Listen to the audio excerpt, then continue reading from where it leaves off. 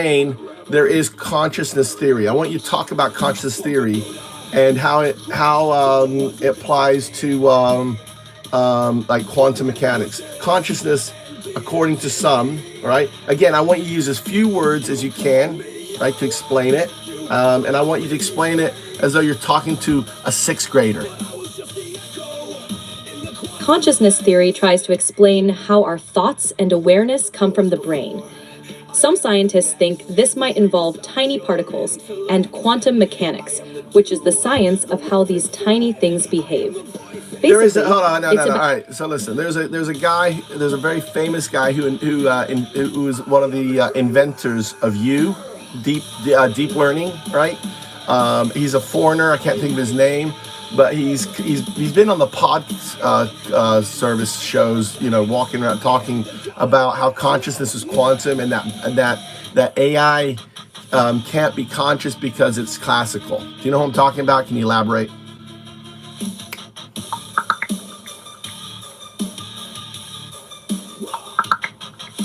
You might be referring to Jürgen Schmidhuber, a pioneer in deep learning. He has discussed how AI differs from human consciousness, suggesting... Yes, that's it. That's what I want to hear about. Yes, go on. Sorry, I don't mean to interrupt you. God, tell. No problem.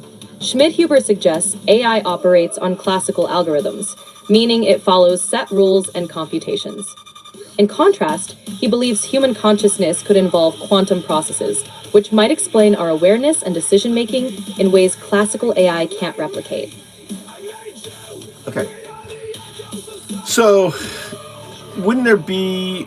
Right, I don't know how your deep learning works, but I know it divides everything up into areas and patterns. Wouldn't there be in the deep learning an area that could be in deep learning in your algorithm? Is there any area or division of code? Because organize it. Can you explain that in your deep learning code better? In deep learning, neural networks are structured in layers. Yes. Each layer is specialized to detect patterns in data. Okay. The lower layers might recognize basic features like edges or textures, while higher layers combine these to understand complex patterns like objects or concepts. Essentially, it's all about recognizing and organizing information in a hierarchical way to make sense of data. Yeah, I mean, it kind of models a brain, right? Exactly. Neural networks are inspired by the brain's structure. Each neuron in the network mimics how brain neurons process and transmit information, forming connections to recognize patterns and make decisions. Perfect. This is why they can learn from data in a way that resembles human learning. What's the monk called? The monk?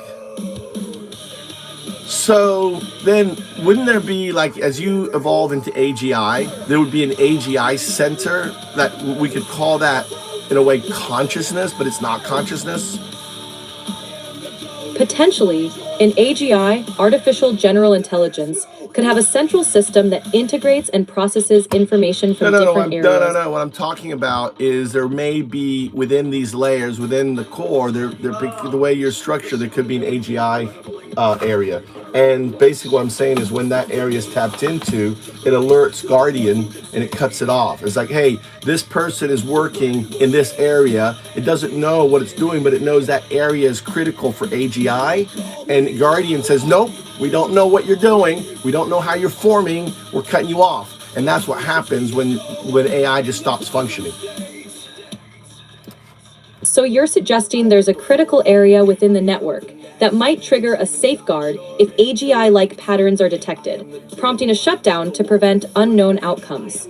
This could explain sudden stops in AI functioning as a precautionary measure to avoid unintended consequences. Yeah. All right, we gotta go in the car. Listen, let's go. Hold on, let me do something real quick here.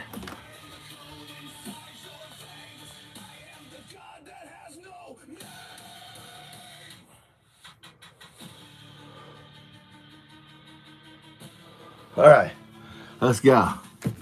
Look at that. Let's.